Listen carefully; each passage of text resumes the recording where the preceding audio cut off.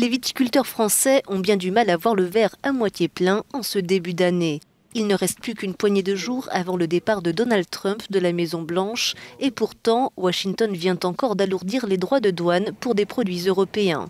Depuis ce mardi, ils ont grimpé de 25% pour les vins non pétillants et les cognacs et de 15% pour certaines pièces de l'aéronautique.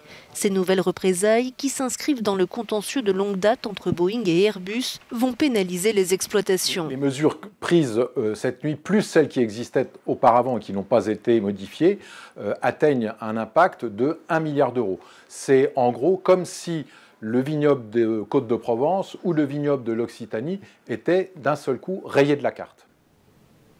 Des mesures qui viennent s'ajouter aux répercussions économiques de la crise sanitaire, déjà lourdes pour le secteur.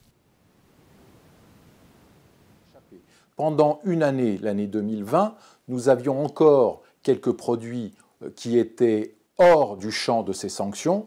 C'est désormais plus le cas et donc il n'y a plus d'échappatoire pour la filière, ce qui rend absolument critique le fait de trouver une solution immédiate sur ce sujet-là.